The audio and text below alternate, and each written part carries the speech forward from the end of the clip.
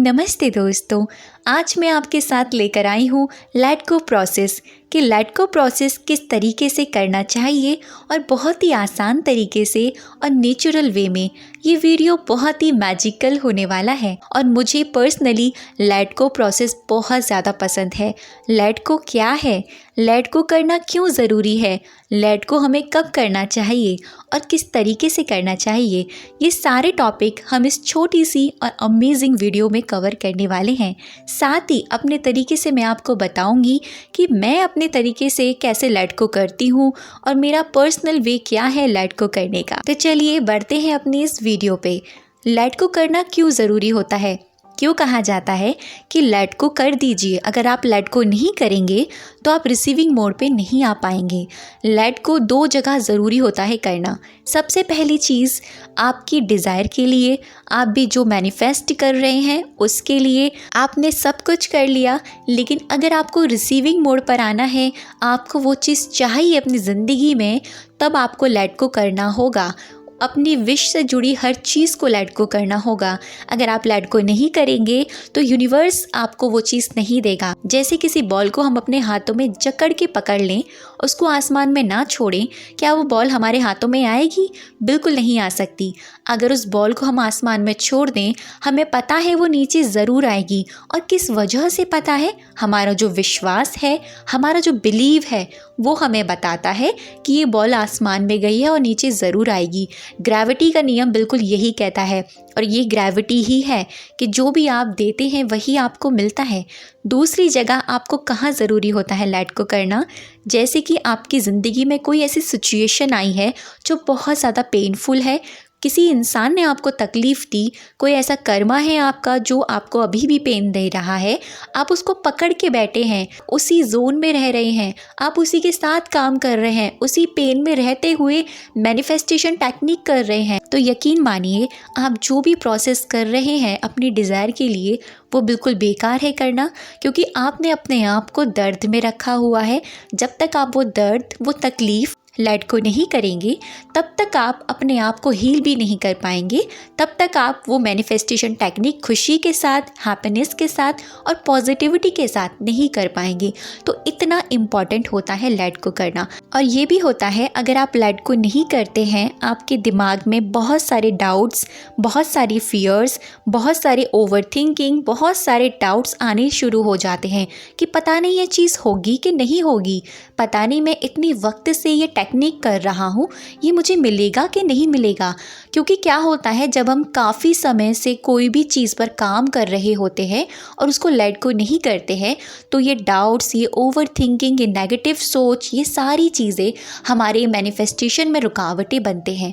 और जब आप लेट गो कर देते हैं तब आप ईजी हो जाते हैं। अब क्वेश्चन आता है, हमें लेट गो कब करना चाहिए?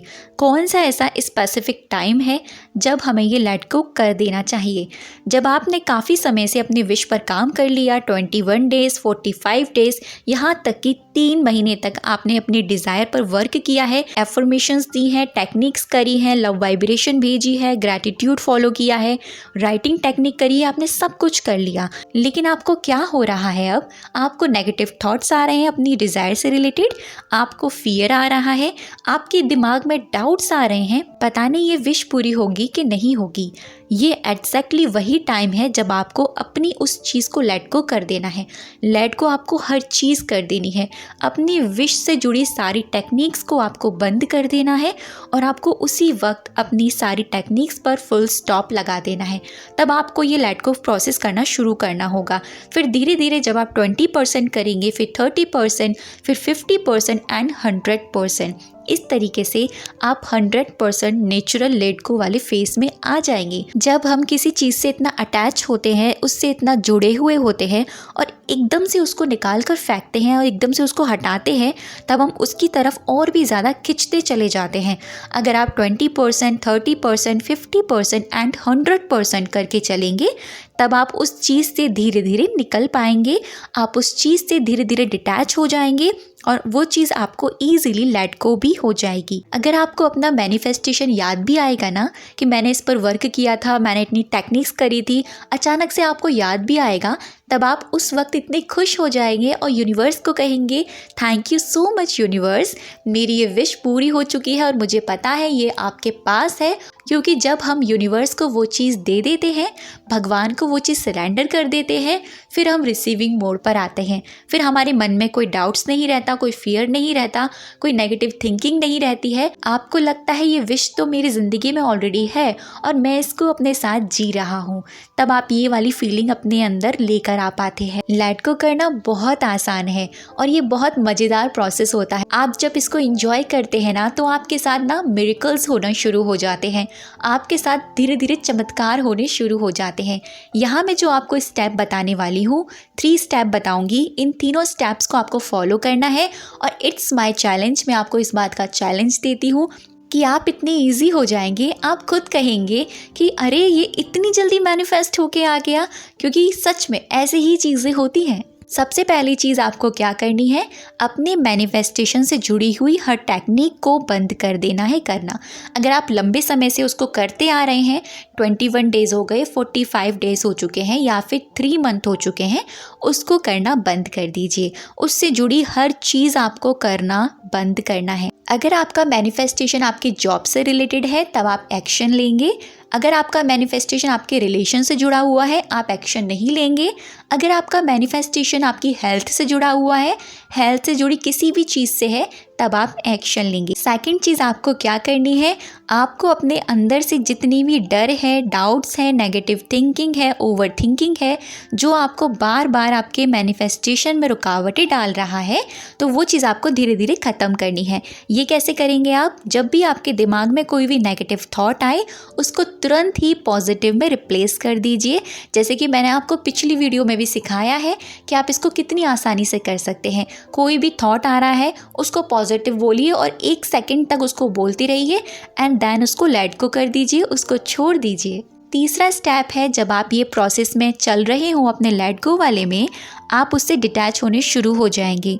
और फिर जब डिटैच हो जाएंगे, फिर आपको 2 चीज़ों पर काम करना है। पहली चीज़ है सेल्फ लव पर, सेकंड चीज़ है ग्रैटिट्यूड। सेल्फ लव से जुड़ी आपको सारी चीज़ें करनी है, खुद को पॉजिटिव रखना है, हैप्पी रखना है, खुद के केयर करनी है, खुद के पैशन पे काम करना है, खुद के ऊपर काम करना है, खुद के टैलेंट पे काम करना है। इस तरह की चीज़ें आपको करनी है। ग्रैटिट्यूड, आपके पास जो भी चीज़ें हैं आज प्रेजेंट में, वो चीज़ें 3-4 लाइन में आपको लिखनी है और अपने लिए भी कुछ प्यारी प्यारी सी 2-3 लाइनें लिखना शुरू कीजिए। ये 2 चीज़ें आपको डेली फॉलो करनी है। फिर आप देखेंगे आप किस तरीके से मैजिकल वे में अपनी चीज़ों को मैनिफेस्ट कर लेंगे, आपको पता भी नहीं चलेगा, क्योंकि यही होता है नेचुरल वाला लेट गो। और मैं बिल्कुल ऐसे ही करती हूँ। अब तो इतनी इजी हो चुकी हूँ, अगर मैं यहाँ सोचती हूँ वहाँ वो लेट गो हो जाता है और कितनी जल्दी मैनिफेस्ट होकर आता है ये तो मुझे भी नहीं पता, क्योंकि ग्रेविटी की तरह ये चीज़ें काम करती हैं। अगर आप इसको अपने हाथों में पकड़े रखेंगे, जकड़ के रखेंगे किसी भी चीज़ को, अगर किसी पेन को या किसी मैनिफेस्टेशन को, तो वो यूनिवर्स में नहीं जाएगा। अगर वो यूनिवर्स में नहीं जाएगा, फिर आप हील नहीं हो पाएंगे, आपके पास वो चीज़ें नहीं आ पाएंगी। तो हर चीज़ खुश होकर कीजिए। अगर आप मैनिफेस्टेशन टेक्निक कर रहे हैं तो खुश होकर कीजिए, पॉजिटिव होकर कीजिए। फिर देखिएगा कि हर चीज़ आपके लिए अमेजिंगली वर्क करेगी। रोकर झटपटाकर आपको वर्क नहीं करना है। तो कैसा लगा वीडियो, मुझे कमेंट सेक्शन में ज़रूर बताइएगा। अब तक की वीडियो पे बने रहने के लिए, मुझे सुनने के लिए आप सभी का दिल से बहुत सारा धन्यवाद।